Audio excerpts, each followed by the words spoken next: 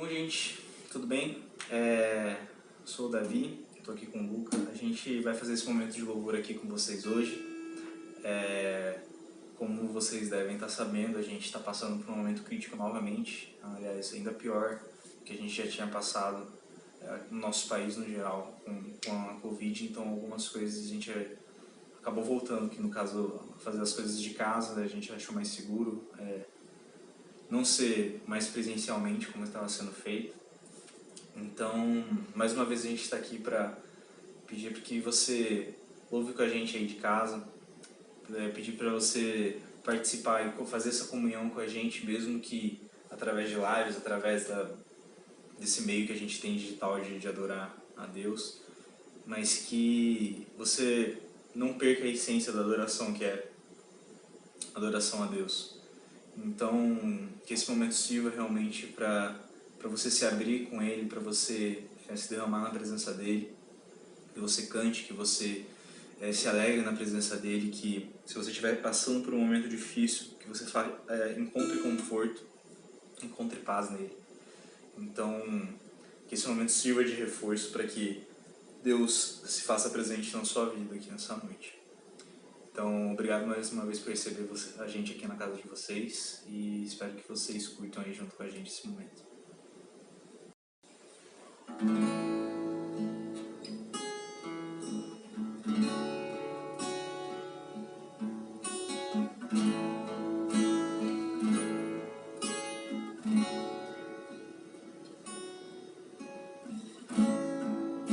Digno desta canção, só Tu és Senhor.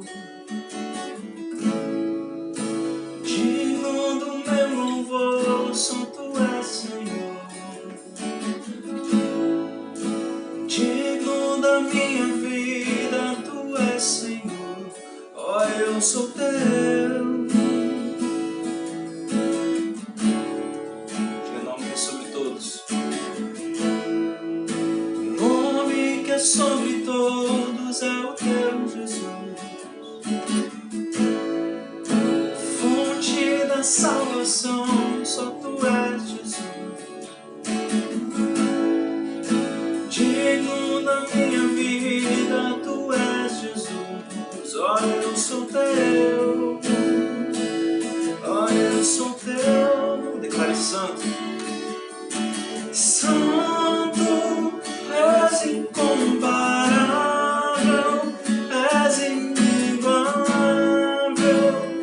Abre os meus olhos, Senhor, mostra quem Tu és e enche o meu coração do amor que faz mudar o mundo.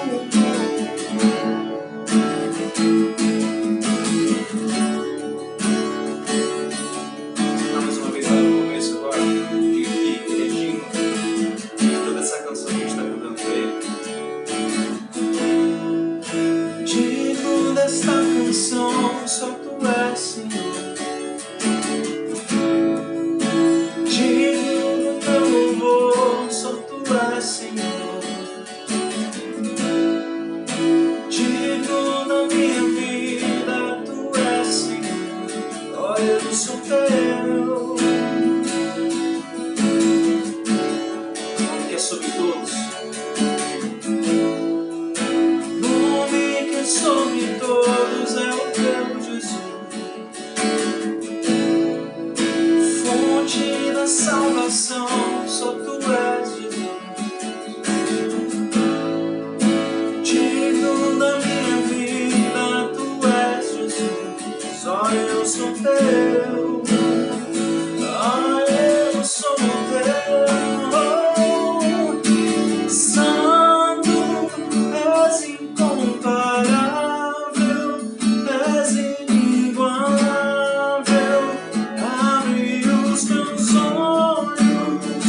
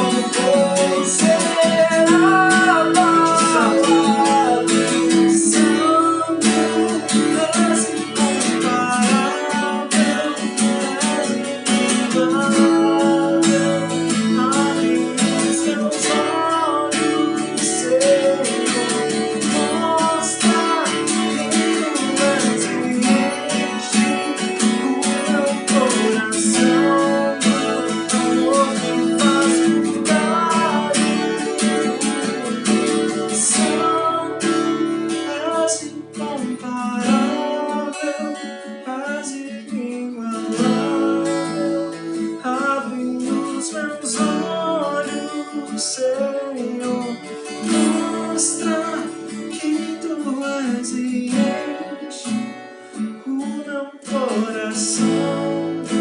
O amor faz voltar no mundo.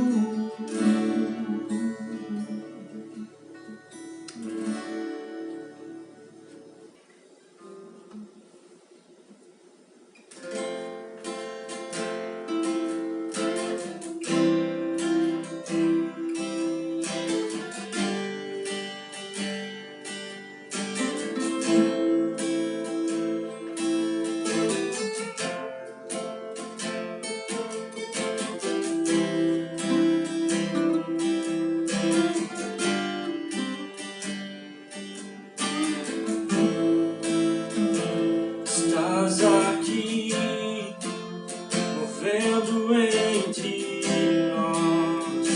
Te adorarei, te adorarei. Estás aqui, mudando os destinos. Te adorarei, te adorarei. Estás aqui, operando milagres. Te adorarei, te adorarei. Estás aqui, transformando nossas vidas. Te adorarei, te adorarei. Meu Deus é Deus de milagre, Deus de promessa, caminho no deserto, luz na escuridão. Meu Deus, esse é quem tu és. Meu Deus é Deus de milagre, Deus de promessa, caminho no deserto, luz na escuridão. Meu Deus, esse é quem tu és. Estás aqui, tocando os corações. Te adorarei, te adorarei. Estás aqui, curando multidões. Te adorarei, te adorarei. Estás aqui, restaurando os corações. Te adorarei, te adorarei. Estás aqui, transformando nossa história. Te adorarei,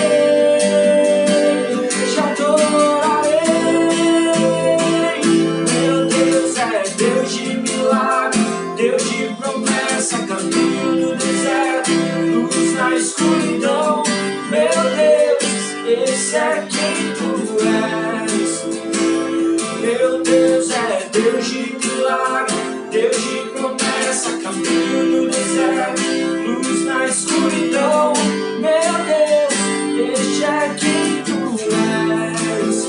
Este é quem tu és. Este é quem tu és. Este é quem tu és. Este é quem tu és. Este é quem tu és. Este é quem tu és. Este é quem tu és.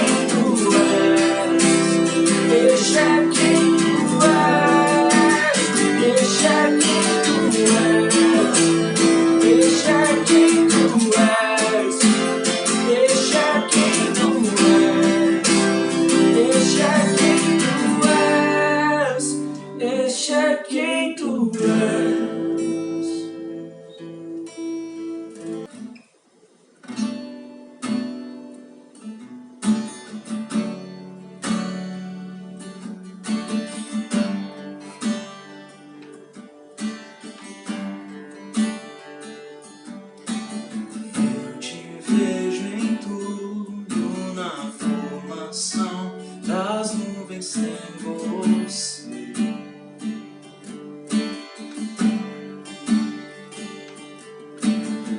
Ouço seu sussurro na brisa que vem do amanhecer.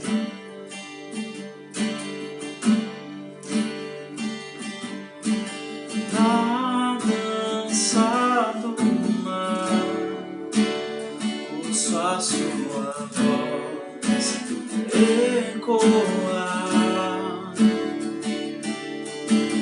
e ao seu soprar posso ver brilhar a vida.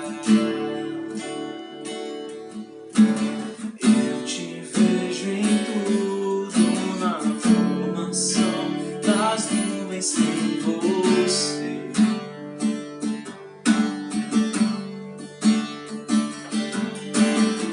Ouço seu sussurro na brisa que vem do amanhecer.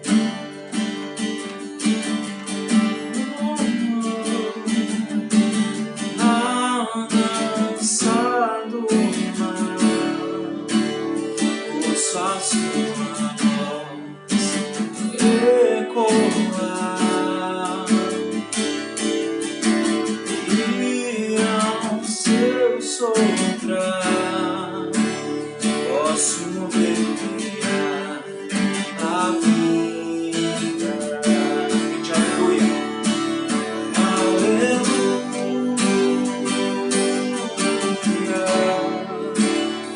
toda a criação a cantar. Aleluia,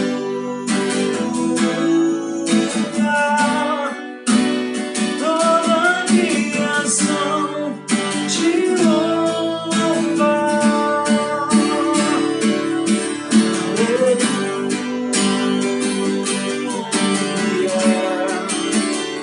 Toda a criação a cantar.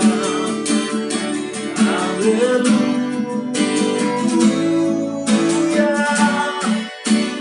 toda a criação te louva. Tudo que eu vejo me faz lembrar você.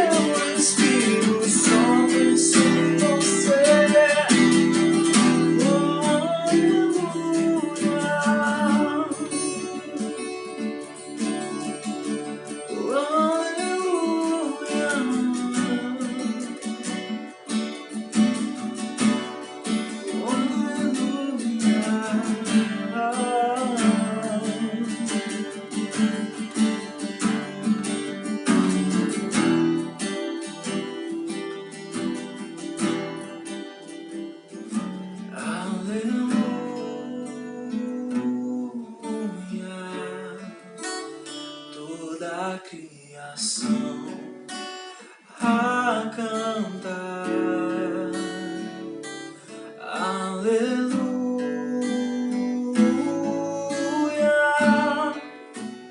toda a criação te louva. Toda a criação te louva. Toda a criação te louva.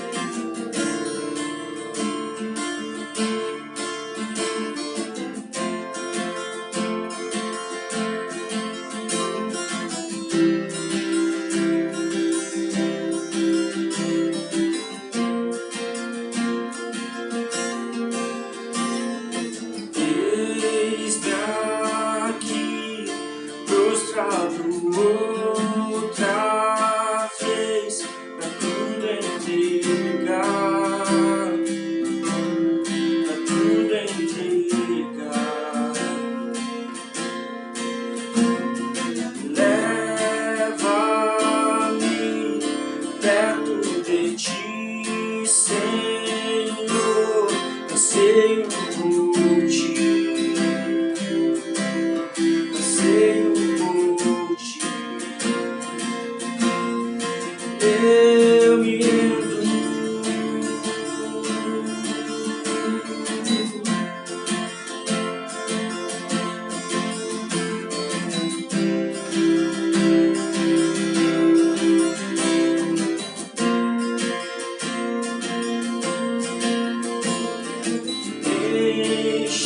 Enche-me da graça e do teu amor, sacia meu ser, sacia meu ser.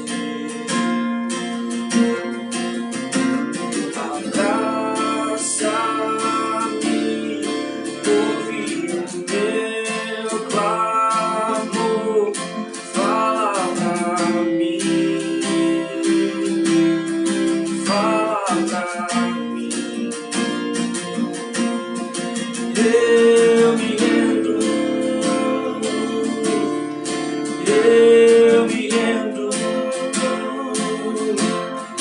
pra conhecer-te mais, pra conhecer-te mais. Eu me rendo, eu me rendo pra conhecer-te mais, pra conhecer-te mais.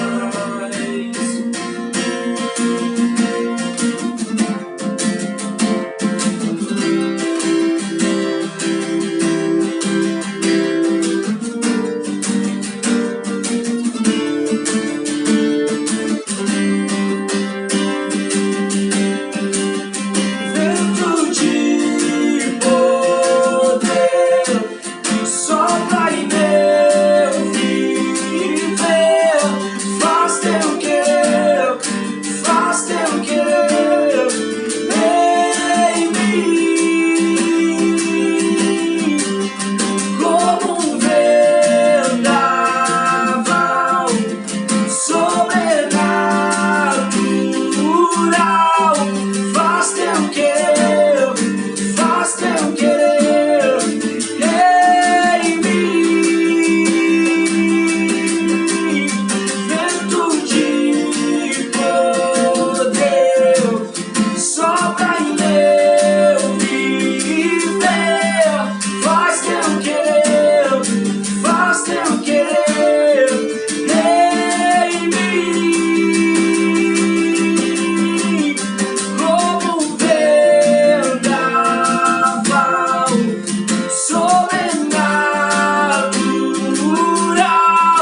Faz teu querer, faz teu querer em mim, faz teu querer, faz teu querer em mim. Eu me rendo, eu me rendo pra conhecer-te mais, pra conhecer-te mais. Eu me rendo, eu me rendo pra conhecer-te mais, pra conhecer-te mais. Amém, galera? Esse foi o culto, nosso louvor, né? Agora vem a palavra. Não sei quem vai estar ministrando nesse domingo, mas vamos estar orando para encerrar e pedindo para que Deus abençoe o nosso domingo, nos dê um bom início de semana. Amém? Deus, nos colocamos diante de Ti e agradecemos por tudo que o Senhor tem feito por nós. O Senhor tem nos sustentado, o Senhor tem nos guiado, o Senhor tem cuidado de nós e somos gratos por tudo que o Senhor faz em nossas vidas. Pedimos que o Senhor continue nos abençoar, assim como foi no louvor, que o Senhor estenda esse momento, a palavra, que o Senhor esteja dando direção, que o Senhor esteja abençoando quem for falar, que o Senhor possa estar abençoando as palavras e a vida de quem for ministrar, que elas possam entrar em nossos corações e que possamos estar ligados contigo, Deus. Que o Senhor nos dê um ótimo final de domingo, um início de semana abençoado e só temos a agradecer. Muito obrigado por tudo, em nome do Senhor Jesus. Amém. Amém. Falou. Fechou.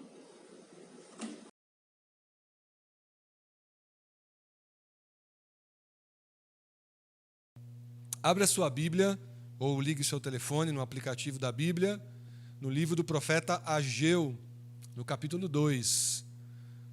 Ageu, capítulo 2. Está bem no finzinho do Antigo Testamento, tá? Profeta menor. Ageu, capítulo 2. Eu vou fazer a leitura do primeiro contexto, que fala do esplendor do novo templo, do versículo 1 até o versículo 9. E dessa vez vamos de NVI, a versão teologicamente aceita, eleita por nós aqui para a maioria dos sermões. Tá?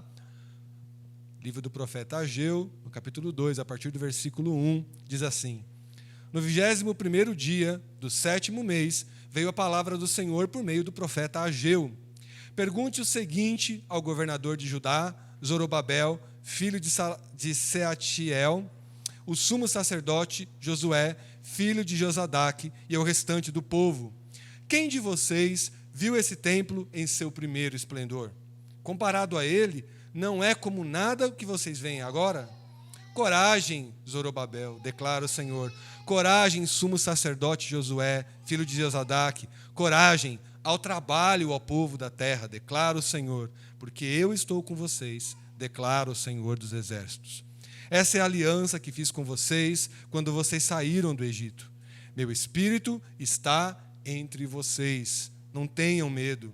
Assim diz o Senhor dos exércitos: dentro de pouco tempo farei tremer o céu, a terra, o mar e o continente. Farei tremer todas as nações, as quais trarão para cá os seus tesouros, e encherei este templo de glória, diz o Senhor dos exércitos.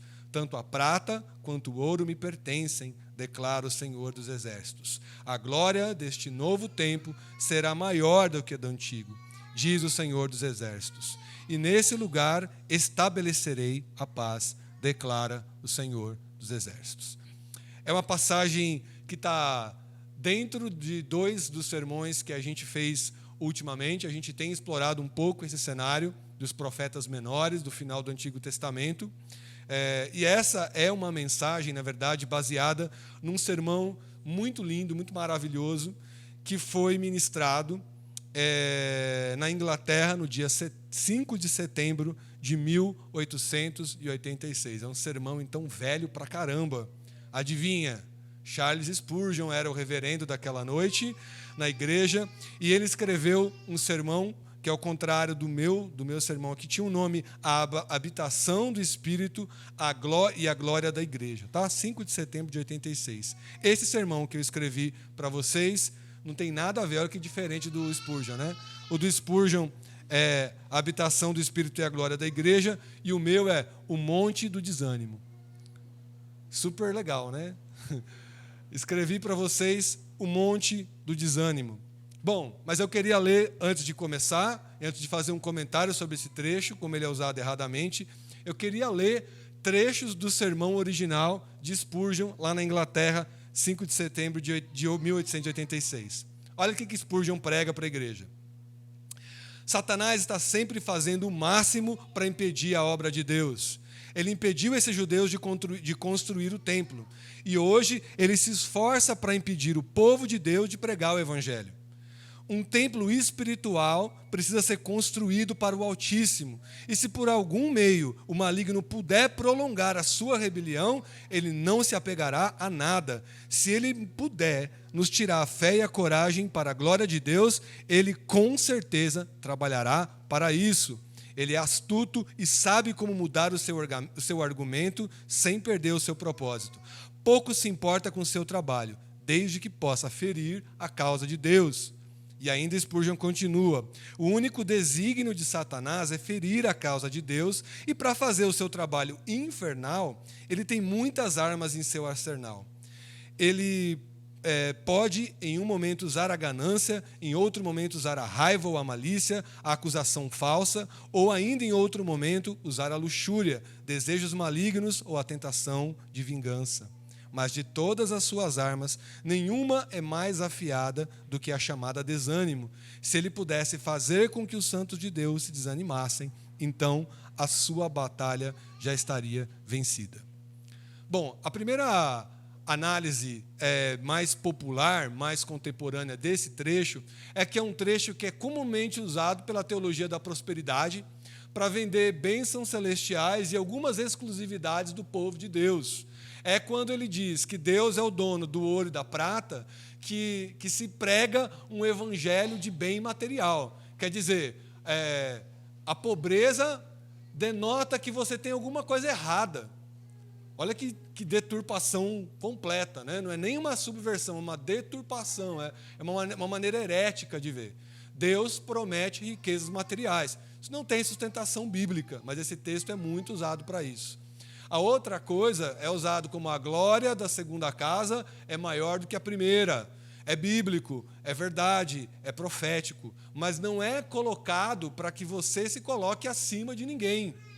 Eu tive uma vida, você sabe que tem uma igreja, inclusive aqui bem pertinho da gente, tem uma igreja que vai vender isso.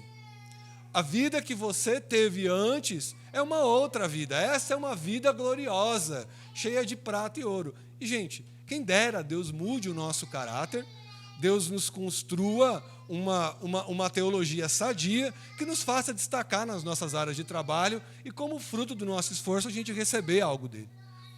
Mas a promessa não é dinheiro, a promessa não é matéria. E essa reconstrução do templo não tem nada a ver com uma promessa de prosperidade financeira. Tá? Então, essa primeira afirmação já coloca a gente um pouco mais perto do centro dessa questão. Esse texto pode e deve ser explorado por vários ângulos, mas eu vou explorar pela questão do desânimo, porque é um dos temas tratados aqui pelo profeta Ageu. Tá? Que eu vou contar historicamente o que está acontecendo. Mas ele é um cara que está animando o povo de Deus a não desanimar de um processo que parece já estar durando muito tempo e que parece estar super cansativo. Nada a ver, né, com a nossa fase de pandemia, de Instagram, acabamos de falar. É exatamente a mesma coisa. Por isso esse sermão é tão atual. A ilustração que o Spurgeon fez, e ele é fantástico fazendo ilustrações, eu não sei se ele mesmo as escrevia ou se ele tinha algum referencial literário, né? Mas ele diz, para ilustrar essa questão do desânimo, que um dia foi anunciado que Satanás faria uma venda, faria um showroom, faria uma exposição de todas as ferramentas que ele usava contra o povo. E diz que quando chegou lá, na bancada, tinha todo tipo de ferramenta. Tinha ódio, tinha luxúria, tinha ciúme, tinha fofoca, tinham vários itens muito brilhantes, ganância, avareza, estava lá os pecados capitais, tudo nomeados, tudo lindinho, e do lado tinha uma ferramenta separada, ela é uma ferramenta de corte, e ela estava toda gasta e estava velha. Mas o preço mais absurdo, mais caro, mais obsceno, era justamente daquela ferramenta. E aí alguém perguntou para o diabo, os interessados em comprar as ferramentas, falou: o que é aquela ferramenta ali no canto, toda gastada, e por que esse valor dela é tão alto, é tão ridiculamente alto? Ele falou: aquela ferramenta ali chama desânimo. Ela está muito gasta porque é o que eu mais uso. Na verdade, quando alguém está muito bem, eu uso essa ferramenta para primeiro fazer um corte pequenininho. E aí, se eu conseguir fazer esse corte pequenininho, eu pego as outras ferramentas e enfio por esse corte. Isso é uma ilustração extremamente atual, porque para o inimigo o preço do desânimo é um preço tão alto que na ilustração do Spurgeon ele jamais venderia, ou ele venderia isso por um preço absurdo. E como eu disse, desânimo é o tema que eu quero usar para ler essa passagem. Então, o povo de Israel, durante o ministério do profeta Ageu, estava muito desanimado e muito desapontado. Já há muitos anos antes, nós estamos falando de 586 a.C., tem toda aquela questão dos babilônios, a gente acabou de falar de Abacuque um dia desse, né? Os babilônios haviam invadido Israel, e eles haviam levado o povo para a Babilônia como cativo, tinha prendido o povo lá. E os babilônios tinham destruído o templo de Salomão em Jerusalém, isso também já tinha sido profetizado. Mas passam-se 50 anos e as pessoas começaram a ser autorizadas nesse processo de repatriação que eu falei no sermão anterior. E quando eles chegaram, eles começam um processo de reconstrução desse templo que tinha sido destruído. Mas algumas coisas acontecem, o trabalho acaba sendo interrompido. Olha que coisa muito louca, né? O trabalho de reconstrução é interrompido e, por causa da oposição dos samaritanos, eles sofrem um atraso na obra. Aí, vocês demoraram, né, ter aquele processo de ter o apartamento entregue, né? Quem já passou por isso sabe como que é isso. Então, você imagina, né? Alguém fala, Fred, vai demorar só mais 16 meses, cara, fica tranquilo, casamento marcado. E o povo estava cansado, 16 anos a mais, e não acontecia nada. E o templo permanece inacabado. E aí é onde Deus vai levantar o profeta Ageu para animar o povo, para chamar o povo de volta e dizer, a tarefa não acabou, nós precisamos reconstruir o templo. Não acabou, continua o mesmo ímpeto. E o povo respondeu à voz do homem de Deus e começou a construir novamente. Mas depois de apenas um mês, eles estavam completamente desanimados e, de novo, o povo queria parar. Eles estavam, dessa vez, você vai olhando para o texto, principalmente os 3 primeiros versículos, eles começam a ver que eles não vão conseguir fazer aquele templo idêntico ao primeiro. Entenda, gente. Eu estava tentando fazer uma atualização, mas assim, o valor que existia em ouro nessa obra salomônica é um negócio assim de trilhões, de 4 trilhões de dólares. Né? Quando a gente fala nem Salomão em toda a sua glória, é porque o templo naquela época, num conceito de receber a divindade, né? No conceito de divindade, ele era construído com muita pompa, de verdade. Talvez essa palavra nem existisse nessa época. Mas era colocado muito ouro, muita prata, porque o homem queria dar o melhor para Deus. Tá? Então, no processo religioso, isso era ruim. Mas no processo ali do povo adorando a Deus, era um processo normal à época. Não existe condenação bíblica com relação a isso. Né? Mas hoje não teria muito sentido a gente fazer esse templo. Até teve um doido lá em São Paulo que está no processo, mas ele gastou muito menos. Ele gastou 690 milhões de dólares para fazer aquela obra lá em São Paulo. Mesmo assim, ele está longe, a cara da Natasha. Mesmo assim, ele está longe de Salomão, que foi alguns 4 trilhões de dólares, né? Colunas de ouro inteiro. E o povo começa a ver que não vai ter jeito desse templo ser tão legal quanto o anterior. E eles são pegos pelo desânimo por causa disso. E Ageu está escrevendo para desafiá-los e para encorajá-los a continuar. E essa é a mensagem que a gente pode usar hoje aqui no Urbano. A primeira pergunta para o teu coração é, você está desanimado? Você se sentiu ultimamente desapontado com o seu trabalho para o Senhor? Porque, de alguma maneira, todos nós ficamos. Primeiro culto presencial depois da pandemia, eu achei que é muito diferente. Quando você vem a primeira vez, é muito diferente. É um culto mais silencioso, menos ruidoso. Não tem o burburinho típico de antes e depois do culto. Está todo mundo de máscara. Eu aqui, como ministro de louvor, eu nem sei se vocês estão cantando. Eu escuto um pouco a voz, mas se a gente não parar, não abaixar os instrumentos para ver se vocês estão cantando, não mexe. A certa distância a gente não consegue se comunicar. E, de certa maneira, a gente olha para a igreja como ela está posta agora. E nessa proposta de reconstruir, de retomar, de não parar, mora um desânimo, mora um cansaço. Mora uma coisa que nós nos tornamos escravos. Essa semana eu estava escutando um sacerdote católico dizendo, eu prefiro ter para a minha vida uma meta de frustração, porque para os valores da sociedade, porque a sociedade prega que é êxito, eu não quero mais porque não tem sustentação bíblica. A sociedade pega que o êxito financeiro é êxito espiritual. Isso é verdade? Mentira. É heresia. que tudo tem que dar sempre certo, que a casa tem que estar cheia. Onde que está na Bíblia que a casa tem que estar cheia? E eu já disse aqui em outros sermões que nós, cristãos contemporâneos, reformados, temos uma mania de virar saudosista da igreja de Atos 2, como se aquela igreja fosse a igreja perfeita, como aquilo tivesse que acontecer. As pessoas, as multidões se juntando, muitas pessoas sendo adicionadas ao hall de membros todas as semanas, todos os dias, e aquela vida em comunidade. Todos os elementos da igreja que interessam para Deus naquela igreja precisam estar presentes na nossa igreja hoje, mas não com os mesmos resultados. Tem gente daqui do Urbana que é saudosista da Rotunda. Eu tenho saudade, mas eu me lembro o dia que aquilo acabou. Eu me lembro o dia que eu fui lá e foi muito dolorido para mim no meu coração, quando eu vi as telhas no chão, quando eu vi que não dava mais para continuar ali. E a gente já tinha o nosso espaço aqui, que foi sonhado quando a gente ainda estava lá. E às vezes, se você quiser vir aqui, tem a foto, né?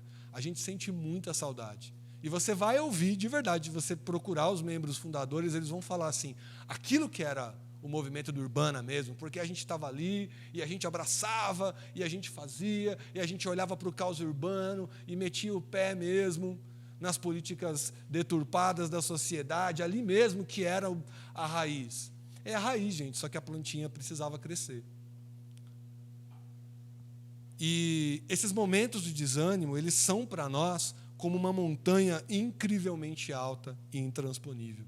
Quando a gente figura o desânimo, a gente figura uma montanha muito alta. E se a gente não tomar cuidado, esse se torna o nosso foco de observação da obra de Deus, como se tornou para o povo. O profeta Ageu estava vendo que aquela galera queria realmente adorar a Deus em espírito e em verdade, em coração, queria fazer o melhor para Deus, mas eles se desanimavam, porque aquele modelo que parecia ideal não parecia que ia funcionar. Aquele templo não parecia que ia ser tão legal. Parece que a igreja que vai usar máscara, ou que vai vestir máscara, não sei qual que é o verbo correto, por muito tempo ainda, porque nós sabemos que essas máscaras elas vão ficar um tempinho aí na nossa cara. E nós precisamos nos habituar a isso, não como um novo normal, mas como uma nova maneira de fazer. E isso, se por um lado funciona para a igreja, por outro, no centro do coração de Deus, está nos transformar de maneira integral, para todas as coisas que nos desanimam, para todas as coisas, todas elas. E aí existem 3 pontos que eu considero que é essencial falar com vocês. Eu vou explorar esses 3 pontos nessa noite. A primeira de todas, né, e eu conheço alguns de vocês muito bem, é a razão pela qual a gente desanima. Tem um motivo. Nem sempre ele está perceptível, mas como esse sermão é profético, eu vou falar alguns deles. E a maioria dos processos de desânimo, quando a gente começa a desanimar, ele está associado a alguma memória. Quando a gente fala memória, a gente pensa lá na nossa infância, né, a memória mais distante, mas também na nossa memória recente. Alguma coisa que nos desapontou e que fica marcado. Eu já disse aqui que tem vários pecados que a igreja perdoa e pecados que a igreja não sabe perdoar. O cara pisou na bola, deu uma escapada, até se o cara cometeu uma violência, a igreja... O cara recaiu no vício, a igreja abraça esse cara e fala, coitado e tal. Mas experimenta um cara adultério, por exemplo. A mulher adúltera, ícone lá do Antigo Testamento, ícone do Novo Testamento. Cara, fala, aquela menina, ela trai o marido. E a igreja tem dificuldade de perceber o que Deus fez. E eu posso dizer até pela minha vida, que eu já vi isso acontecer nas igrejas. Comete um erro e a igreja estampa na sua testa uma etiqueta dizendo, adúltero, esse aqui é ladrão, esse aqui fala mentira. Mesmo que a pessoa queira ser restaurada em Deus, a igreja olha para essa memória, recente ou não recente, e marca essa pessoa com ferro, igual marca gado aqui no Mato Grosso do Sul. E essa pessoa fica com essa marca. Se Deus tem algo novo e transforma essa pessoa, porque nós cremos que Ele faz isso, nós não temos olhos para ver essa transformação. Por quê? Porque a gente olha para o passado. E a gente perde a confiança, a gente passa a desanimar com essas pessoas. Os judeus estavam com o mesmo problema. Eles estavam com a culpa de focar no negativo e de esquecer tudo sobre o positivo. Para esses judeus, a memória do templo de Salomão se torna, a memória do templo se torna a memória de um templo que foi erguido com muita glória, com muita pompa, e que não iria acontecer mais. Era tipo dizer assim, ó, não adianta, não tem mais o melhor momento. Aqueles primeiros dias não vão voltar. E eu não vou chegar a acompanhar isso. Eu sou pego com desânimo. Então, primeiro ponto, às vezes a gente lembra. Só que Ageu está perguntando para o povo, quem foi que sobrou de vocês que viu essa casa na sua primeira glória? Então, o templo está desconstruído, está caído. E claramente existiam pessoas que tinham até visto esse primeiro templo de pé ainda, né? Ainda mais naquela época que as pessoas viviam muito, e eles ficavam presos nessa ideia. Às vezes, uma memória atrapalha. Uma das razões do desânimo é pensar que a igreja de 2017, que a igreja de 2007, que a igreja de 97 eram melhor, que nós estávamos no melhor momento. E eu confesso para vocês que a minha maior tentação é pensar isso, porque eu vivi momentos dourados na minha vida missionária. Eu me lembro que em 96 a gente tinha feito um culto /show com a galera do skate, com a galera do hardcore, com a galera do metal em São Bernardo do Campo. E a primeira vez que a gente juntou todo mundo, 46 jovens dobraram os seus joelhos, aceitaram Jesus e aderiram à comunidade. Alguém vai dizer, isso deixou de acontecer. A gente não está vendo as pessoas vindo e dobrando os joelhos. É verdade, talvez visualmente não esteja acontecendo. Mas não quer dizer que esse momento é melhor. Vocês estão entendendo? A gente fica tentado a ser saudosista. O Urbana de 2018 é muito melhor do que 2019. E 2020 nem conta. Porque Deus não operou tudo o que tinha para operar via Instagram. Você acha isso? Olha você sendo judeu diante de Ageu. Não é a mesma coisa. Nós nos cansamos, é verdade. O formato lá de ficar acompanhando a telinha é difícil. Não é a mesma coisa. Mas é o mesmo Deus. O sentido nos nossos corações de buscar e adorar a Deus precisava ter sido o mesmo. Só que desanima. A gente é pego como comunidade e a gente é pego como cristão. Eu olho para a nossa comunidade e a minha segunda tentação aqui é um outro problema que é mais uma razão para o desânimo, que é comparação. A gente tem mania de comparar. O tempo todo. A gente não quer olhar para Deus. Jesus é tão claro com os discípulos sempre sobre o que Deus pode fazer, mas nós estamos sempre comparando. Não é o mesmo número de pessoas. A gente tem todo o esforço de comunicação, de som, de ensaio, de fazer as coisas funcionarem. Não é fácil, é um trabalho que consome tempo.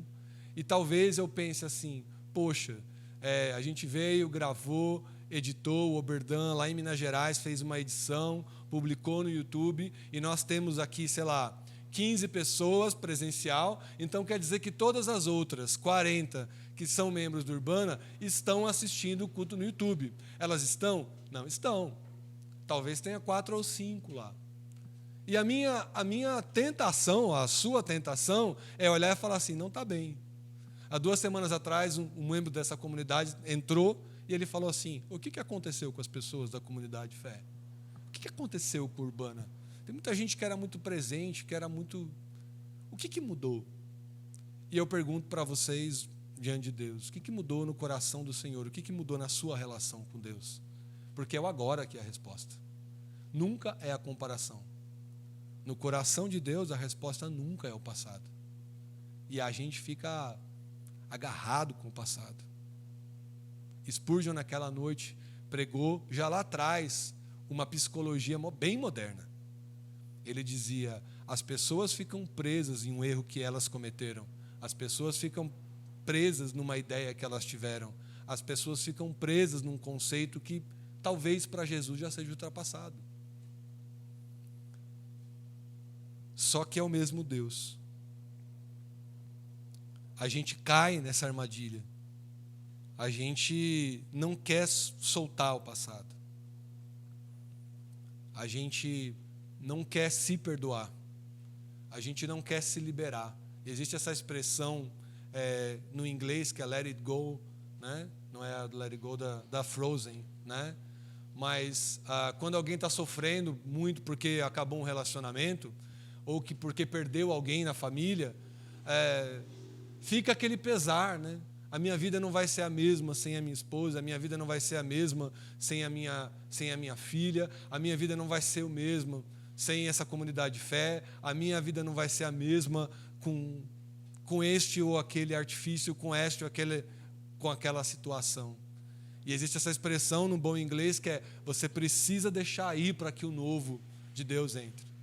Só que nós somos intimidados pelo desânimo e nós dizemos com todas as letras, na nossa atitude e no nosso coração: Deus, nós não queremos conhecer o que o Senhor tem de novo. Nós queremos aquele modelo que foi tão perfeito. Eu vi com os meus olhos, como diz o humano, assumindo a sua humanidade, que a terra há de comer. E nós nos prendemos. Com máscara não é tão legal, eu não vou. Com distanciamento, nem pensar, eu não quero. Já é o segundo ano que quando chega o meu aniversário, inventam um lockdown. O ano passado a gente teve o último o Assis ainda está assim, né? A gente vai festejar ele hoje, eu vou cantar parabéns para o Assis hoje. Mas no ano passado, dia 15, foi a nossa última reunião. Aí meu aniversário foi dia 19, aí todo mundo já disse para mim assim: não vai ter. Aí depois disso algumas pessoas flexibilizaram. Mas talvez ainda você vai ter que encarar 1 ou 2 aniversários assim, sem tanta pompa, sem tanta coisa interessante. É um modelo antigo. As pessoas que amam você, ainda são as pessoas que amam você, que torcem pela sua sobrevivência, que celebram o seu aniversário. A gente está preso numa percepção. A gente não quer se perdoar, a gente não quer se livrar de tudo. Tem uma ilustração na internet, uma ilustração mesmo de desenho, em que Jesus está oferecendo, tem um presente muito maior para uma criança, só que a criança está presa com aquela bonequinha velha e ela não quer perder aquela bonequinha, porque aquela bonequinha é a bonequinha companheira de toda a infância, porque aquilo tem um valor sentimental. Ela não quer deixar aquilo para ter o novo de Deus. E o povo aqui estava vivendo o mesmo problema. Existia a promessa de um Deus, e o texto do profeta, esse modelo de redação aqui, confesso que eu acho até quase redundante, mas se você for estudar como esse texto foi escrito, você vai entender por que existe essa afirmação Senhor dos Exércitos. Por que fica, né, lá no hebraico, Sabaô, Sabaô, Sabaô, Sabaô, o tempo todo. Ele está afirmando, o Deus que está dizendo isso é o Deus dos antigos. O Deus que está fazendo uma proposta para você, Pietra, para você, Assis, para você, Elime, é o Deus que estava no vale de Elá com Davi. É o mesmo Deus. Este mesmo Deus para qual a gente cantou hoje, ele abriu o Mar Vermelho. Só que por causa das situações, por causa das sensações, dessa sensação de memória, essa distorção da nossa realidade espiritual, fala assim, calma aí, nós estamos ouvindo histórias bíblicas, elas ficaram distantes. Esse Deus que eu oro para Daphne ficar bem, não é o Deus, não é o mesmo lá, entendeu? Religiosamente até a gente confessa, mas não temos a experiência. E a pior besteira é a gente falar, não, eu sim. Sempre tem isso, né? Alguém que vai dizer assim, não, eu estou ligado que ele vai sacudir a terra, porque ele vai fazer tudo o que ele tem que fazer. Eu sei que mais dia, menos dia, Jesus irá voltar em glória. E às vezes eu olho para o céu e fico, será que é hoje? Será que esse crente existe? Será que diante das nossas situações, será que isso não é coach nem autoajuda, amor? Pelo contrário, tá ligado? É um monte do desânimo aqui que nós estamos falando.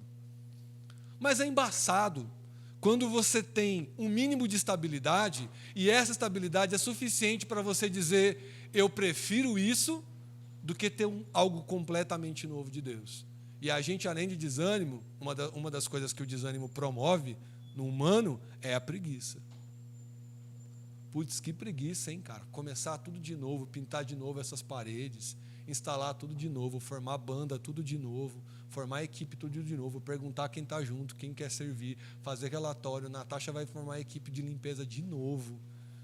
O louvor mudou de direção, tá nas mãos da pastora Pietra. E aí vai, e aí o João assume o som, e aí o outro assume o podcast, a Ada assume social, a gente vai assumindo, a gente vai pegando, e a gente fala, poxa, de novo, era muito mais legal quando aquilo era uma muvuca. Já teve briga para servir. Só que começar quase que replantar a igreja, replantar a nossa vida, é muito difícil. Para alguns de nós, retornar a nossa vida de trabalho é muito difícil. E o povo estava ali, agarrado com essas razões de desanimar. Um dos problemas, se a gente quer a cura, a gente precisa perdoar e ser perdoado. A gente precisa pedir perdão e a gente precisa abandonar essas coisas. Nós precisamos lembrar do que nós esquecemos e nós definitivamente precisamos parar com essa comparação.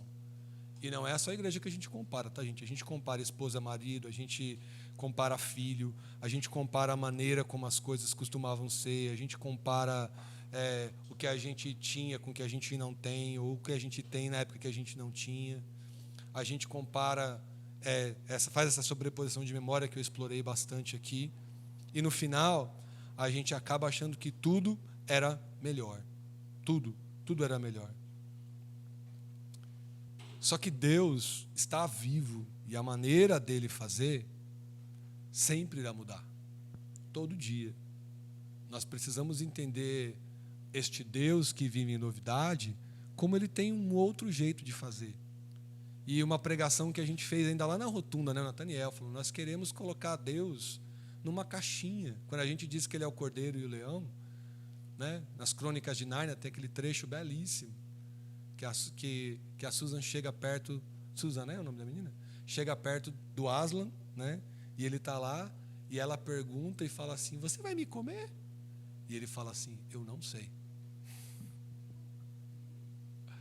Por quê? Porque ele é um rei bondoso, mas ele é um rei poderoso. Nós queremos que ele seja sempre o leão gatinho, mas nem sempre ele vai ser o leão gatinho.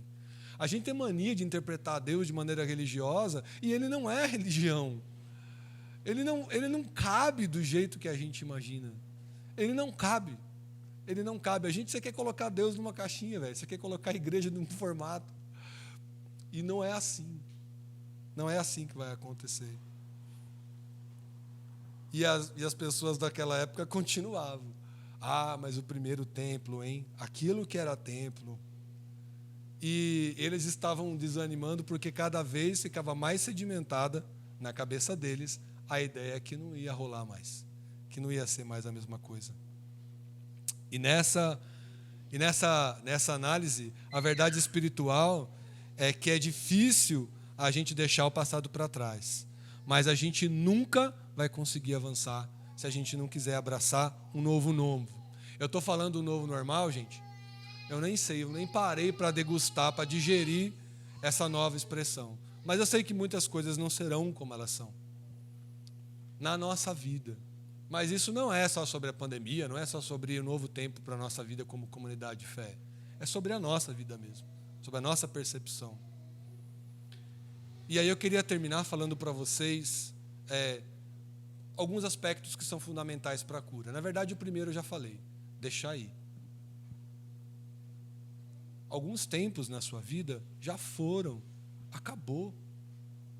Mano, quando a gente casa, a gente tenta, assim que a gente casa, a gente tenta manter tantas quantas coisas da nossa solteirice a gente puder. E a gente vai pegando, só que daí a vida vai pedindo mais e a gente vai sendo obrigado a abandonar algumas coisas que são muito boas, que são fantásticas, que são deliciosas, mas elas não cabem no novo padrão. Quando a gente é solteiro, a gente está livre para paquerar. E quando a gente casa? Morreu, velho. Acabou. Encerrou. Não é tão simples se convencer. E as oportunidades até aumentam, né, na verdade.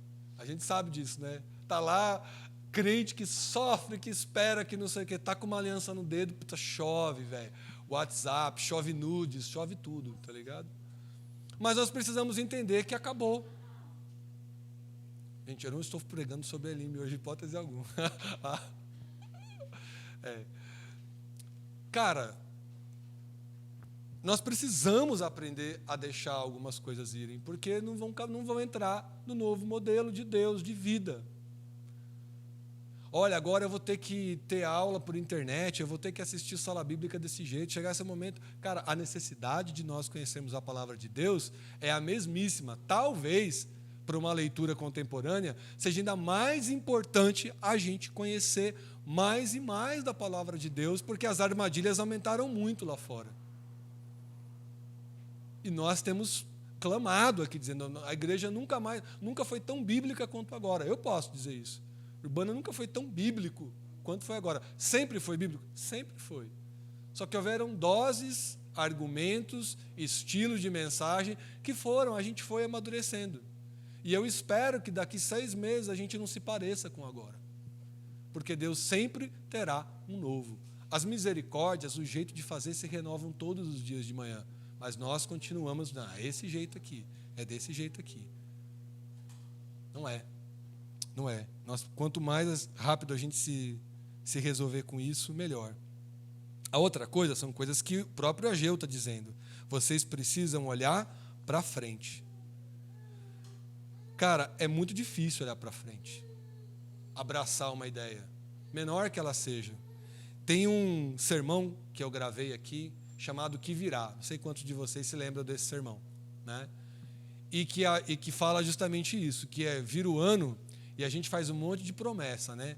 Dieta, exercício, vou mudar, esse ano eu vou viajar, esse ano eu quero fazer diferente. E aí a história conta que no final, quando chega em dezembro, só 2% das pessoas conseguiram manter as suas metas, né? E os que alcançaram as metas, então, dobraram as metas.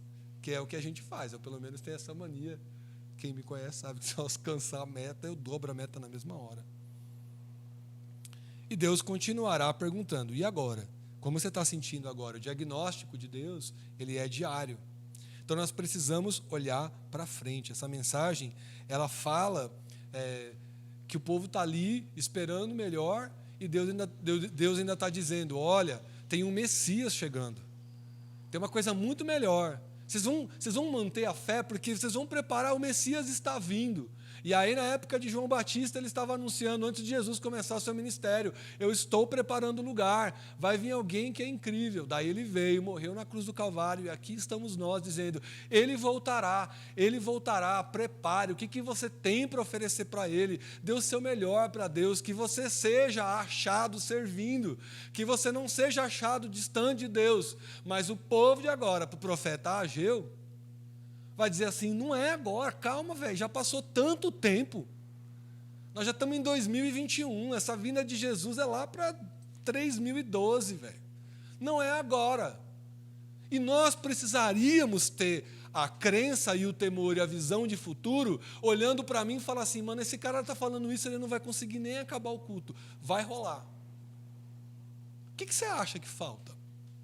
E nós temos mania de ficar fazendo cálculo lá no Apocalipse, dizendo assim, não, peraí, esse cálculo aqui, isso aqui, não sei o que, parará. Aí você ignora a maior verdade, que ele vai vir sem avisar, como um ladrão na noite. A gente não quer isso, tá ligado? A gente prefere abaixar a nossa guarda. Mas sabe por quê? Pelo segundo motivo. Porque nós precisamos nos curar da vitimização. Não no sentido só de coitadinho. É porque as nossas desculpas para não servir, para não adorar, para não buscar, elas são muito boas. Há uma expressão em inglês também que fala, você está sentado sobre as suas desculpas. Por quê? Porque desculpa você pode sentar. Atrasou, eu moro longe. Ah, o ensaio não ensaiou, eu não preciso ensaiar, eu sou muito bom, tem desculpa, né? Eu não preciso ensaiar, eu sou bom, eu chego aqui, eu canto. Olha, eu não posso, eu não tenho dinheiro, eu não peço carona, eu não me comunico, eu não sei, eu não tenho informação, eu não entendo, eu não. E a gente começa a se desanimar porque nós começamos a olhar para nós. E o Evangelho não é sobre o homem olhar sobre o homem. É o homem olhar para a cruz do Calvário e conhecer a Deus. Conhecer a palavra, conhecer os desígnios e experimentar uma vida no Espírito. O desejado das nações virá. Está nesse texto. A glória vai ser muito melhor. A outra coisa que nós precisamos aprender diante dessa montanha do desânimo é olhar para cima, é olhar para Deus. O que Deus pode fazer nessa situação? Estava conversando com a Ada ontem dizendo isso. As nossas críticas e as nossas sugestões são muitas até. Só que a gente não quer apresentar a solução. Alguém pega e diz assim, não está legal essa câmera, não está legal o timing da pregação. Tudo bem, qual é a sugestão? Eu não vou pensar, só quero falar que não está legal. Mas se você está falando, nós precisamos começar a crer nisso, que se a gente tem uma sugestão, nós temos o ônus dessa sugestão para que ela funcione melhor. Mas nós não queremos. Então se envolve, então faça. Eu não. Eu não, nasci para outra coisa, bicho. Se eu puder, eu terceirizo. É muito mais fácil a gente sentar sobre as nossas desculpas. Não tem desculpa. Não tem coitados. Nós estamos salvos pela graça. E Deus irá fazer quando a gente pensar que Ele pode fazer. Eu estou dizendo isso aqui, gente, não é da boca para fora, mas é muito difícil pregar. Que nós, como cristãos, precisamos olhar o que Deus vai fazer. Porque a gente, óbvio que eu vou citar a minha vida e a minha família, mas é muito difícil. No início do ano, está eu e a Ada pensando, agora, escolinha. Qual a escolinha que não vai parar? Qual a escolinha que cabe no bolso? Qual a escolinha para a Júlia? Qual a escolinha? Aí a gente tem que tentar, no meio disso tudo, falar assim, qual escolinha Deus quer que ela... Eu preciso que Deus me mostre qual que é essa escolinha. Né, meu bem? E nós vimos Deus está fazendo uma obra muito legal. Deus fez algo maravilhoso. Eu estou muito feliz como pai, sei que a Ada está muito feliz como mãe. Mas nós demoramos demais para entender, nós ficamos nos debatendo, como é que resolve? Então, isso dentro de casa, principalmente os casados principalmente, né? A Áurea chega para o João e fala assim, mano, como é que você vai resolver isso aí? Aí tem que tomar cuidado, né, Áurea? Que se ele for espiritual e fala assim, eu vou consultar o Senhor dos Exércitos. Você vai falar, vai nada, rapaz, resolve esse negócio que consultar Deus dos Exércitos, o quê? E a gente ri, porque isso é meio surreal, assim, né? Eu lembro de um filme que eu assisti, gente, eu tenho uma dificuldade com filme evangélico que vocês não sabem. É muito mal produzido. Para quem é cinéfilo, a maioria é muito mal produzido. E aí tinha acho que é o Desafiando Gigantes, uma coisa assim, né? E aí tem um casal que está lá assim, aí eles estão ferrados de dívida. Aí eles começam a brigar, isso assim, aí no meio da briga eles falam assim, calma, querida. Aí ele segura na mão dela assim, e ajoelha no chão, os dois choram na presença de Deus. E eu confesso que a cena chega a ser meio que novela mexicana, tá ligado? Porque é muito difícil que na hora daquele caos vai conseguir ter esse momento. Mas esse movimento que a gente ri, que é meio patético, né? No sentido de ser meio pateta, é a atitude correta de um homem de Deus. E aí se o João responder assim, pega essa, Áurea, se ele responder assim, eu vou resolver isso com o meu joelho no chão. A primeira vez, a morena lá vai estranhar, vai falar assim, rapaz, eu nunca vi, mas estou acreditando aí que no meio dos seus rolês, nas suas idas do banheiro, você vai realmente vir com uma resposta de Deus.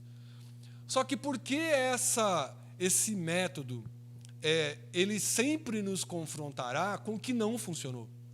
Aí de novo o desânimo, porque não funcionou. E é difícil, velho. É muito difícil. Quantas vezes eu já me disse, agora eu vou mudar nisso. Mudei nada, velho. E eu me desanimo com as minhas tentativas de mudar e não conseguir. Sabe por quê? De novo, eu não estou olhando para o templo que Deus quer construir em mim.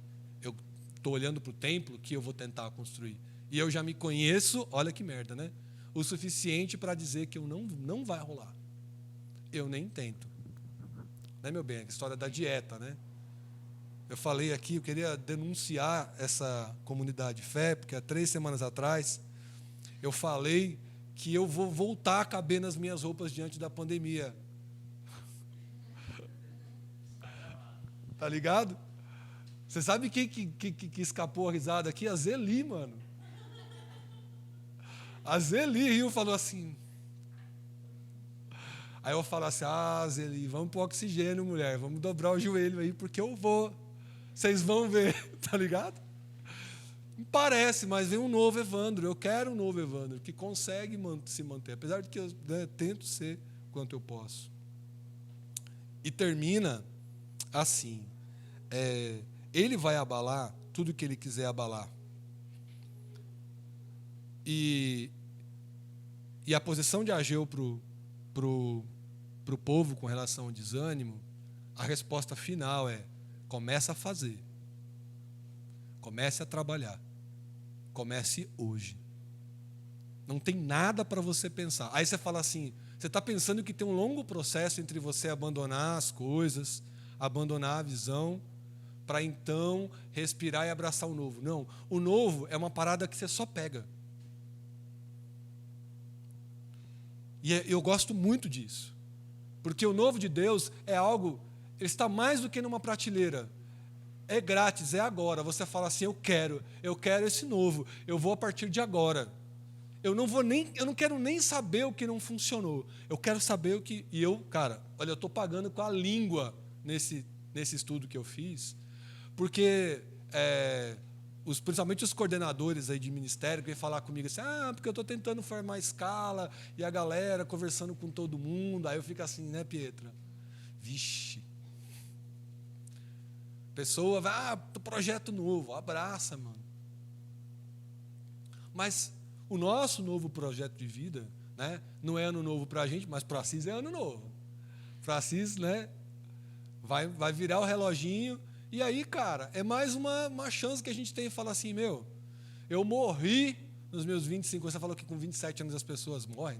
Uma conversa mórbida, estranha, que eu nunca tinha ouvido falar, né? Não sei se vocês sabem dessa história, mas o Assis veio com essa história hoje à tarde aqui. Eu falei, mano, eu passei direto nisso aí. Eu fiz 26, 27. Eu vou fazer 45 daqui a umas semanas. Mas é um bom motivo, mas a gente não precisa ter um aniversário para fazer isso. O aniversário facilita, não tenha dúvida. As datas marcantes, né? É meu casamento, mas no nosso aniversário de casamento a gente tem aquela DR lapidadora que vai apontar para frente e aí... Só que aí, como algumas coisas não começam a funcionar, a gente fala nada vai funcionar. Só que esse raciocínio não é um raciocínio divino. Esse é um raciocínio extremamente terreno. Se eu pudesse dizer uma coisa para mim mesmo e estender para vocês aqui do Urbana nessa noite, para quem está no YouTube também, primeira coisa, abandone completamente o passado, de ontem, de hoje de manhã. Não tem nada, gente, que a gente possa fazer por hoje de manhã. Não tem nada, velho. Se o leite estava azedo, estava azedo, velho. Não tem como você voltar lá e desazedar. Não tem jeito. Não tem jeito. A noite não dormi à noite, estou cansado. Quando que você vai resolver isso? Quando você finalmente dormir e descansar. Nós precisamos começar a olhar mais para cima, menos para a gente. Um pastor meu da década de 90 falava isso. Que nós, quando olhamos para baixo, vemos a barriga. E quando a gente perde a barriga, a gente vê a unha encravada. Olhando para o homem não tem esperança, velho. Não tem esperança. Não dá. Não dá. Não dá para o outro confiar no outro. Não dá, velho. E nas nossas conversas de diálogos que a gente já teve, as conversas longas que a gente já teve, né, eu meio que sempre disse isso. Não dá, velho. Para confiar na gente, não dá. Mas nós podemos confiar em Deus. Vai ser muito difícil, gente, que cada um de nós, eu espero pagar de novo com a língua, mas nós tínhamos que levantar com o temor que o judeu tem, de perguntar para Deus o que Ele quer que aconteça nesse dia, esse novo dia que inicia. Mas a gente não é mais os judeus que levantam com tempo para as orações matinais. A gente levanta a milhão, cara. Eu levanto voando no micro-ondas para esquentar minha água, colocar o café, passar um negócio no pão, comer, assistir um videozinho, dar uma risada no início do dia e partir para dentro do trabalho. Nós precisamos olhar e ir para frente. E quando a gente olhar, abandonar o passado, olhar para frente, e a gente começar a fazer e a perguntar o que Deus quer que a gente faça, sabe o que vai acontecer com um monte do desânimo? Quando nós olharmos, ele não estará, e nós olharmos para trás e talvez a gente consiga ver ele lá atrás. Agora você está coaching, agora autoajuda. Não, mano. É uma mensagem de arrependimento num ponto, mas é uma mensagem de decisão, porque nós precisamos ser para Deus. Os dons que Deus te deu, você já ouviu falar aqui várias vezes, são para servi-lo. Não tenha dúvida. É muito difícil, sabia? Falar para uma igreja jovem que nós não deveríamos ter nenhum outro interesse na vida para agradar a Deus. Porque esse evangelho verdadeiro, ele vem sendo suprimido por um evangelho velho. Um evangelho que reside na religião. E aí as pessoas, como eu preguei domingo passado, elas ficam tentando se resolver por elas mesmas. Não adianta. Nós precisamos perguntar para Deus todos os dias. Nós precisamos querer abraçar o novo todos os dias. Ainda que o novo seja muito intimidador. Ainda que o nosso passado seja muito pesado, seja muito carregado. Ainda que seja muito difícil falar assim, eu me desprendo de todas as coisas. E hoje, nós precisamos ter essa atitude. Eu vou continuar gravando, peço ao pessoal da equipe de comunicação continue gravando para que a gente possa cear. E aí, vocês não estão vendo nenhum elemento aqui, né? Não tem suco e não tem pão. Isso nos impede de cear? No sentido prático, ritualístico, talvez. Mas no sentido de nós olharmos para nós mesmos, lembrarmos do sacrifício de Jesus, queremos uma novidade, estabelecermos uma nova aliança.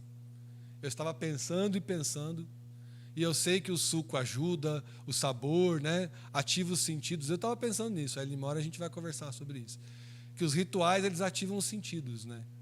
Então, pega numa igreja aqui, a gente estava aqui com o Davi, na quinta-feira, louvando, cara, e, bom, piano é demais. Natasha, você tem que trazer lá o piano de volta para... A Natasha toca piano também. Eu falei que o nome Davi? Ah, tá, desculpa. Levi Lopes.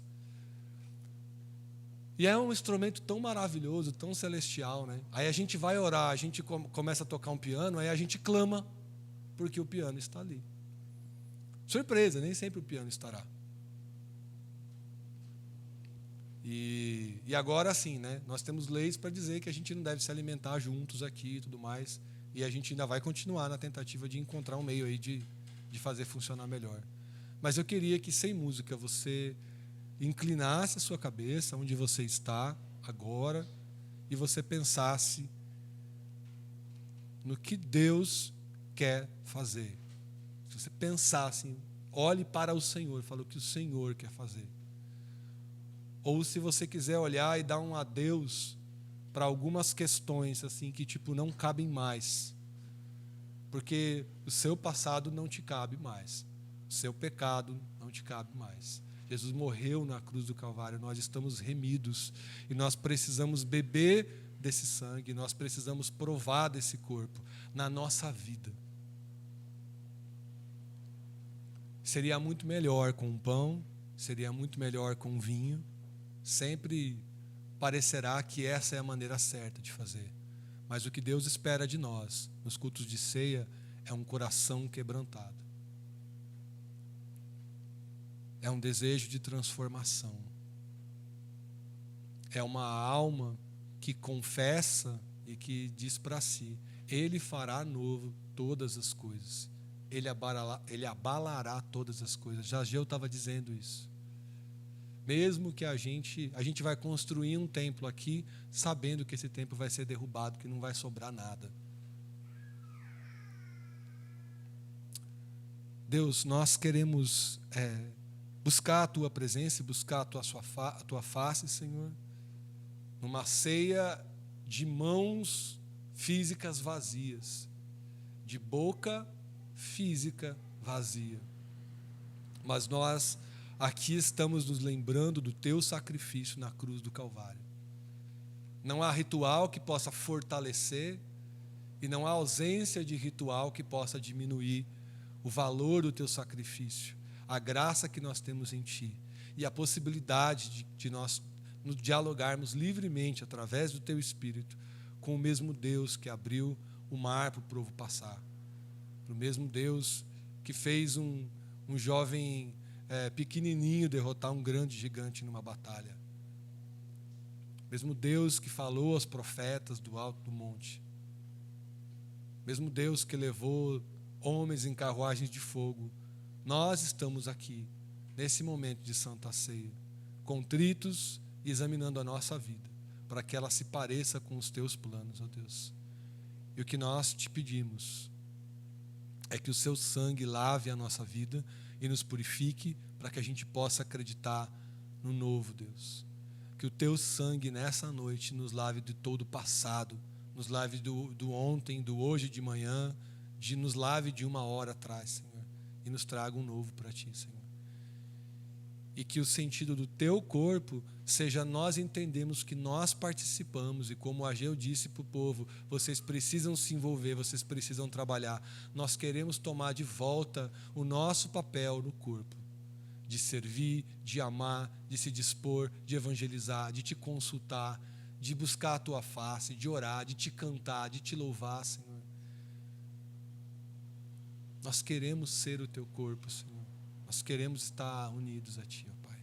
E assim nós derramamos aqui, Senhor, o nosso coração, Senhor, diante de ti, nos rendemos aos teus pés, Senhor, e te louvamos pelo teu sacrifício na cruz do Calvário, pelo sangue que foi vertido por nós, Senhor, pelo teu corpo que foi imolado, como nós cantamos aqui, para que a gente fosse liberto das correntes, dos grilhões, do que está nos prendendo no passado, Senhor. Nos limpa e nos apresenta novos para uma nova vida que nós temos em ti. Te seja a honra, a glória e o louvor para todo sempre, Pai. No teu nome, Jesus, nós oramos. Amém. Que o Senhor te abençoe e te guarde, que o Senhor resplandeça sobre ti o seu rosto, sorria para você e te dê novos caminhos. Que a graça de Deus e o amor que está em Cristo Jesus estejam com vocês agora e para sempre. Amém.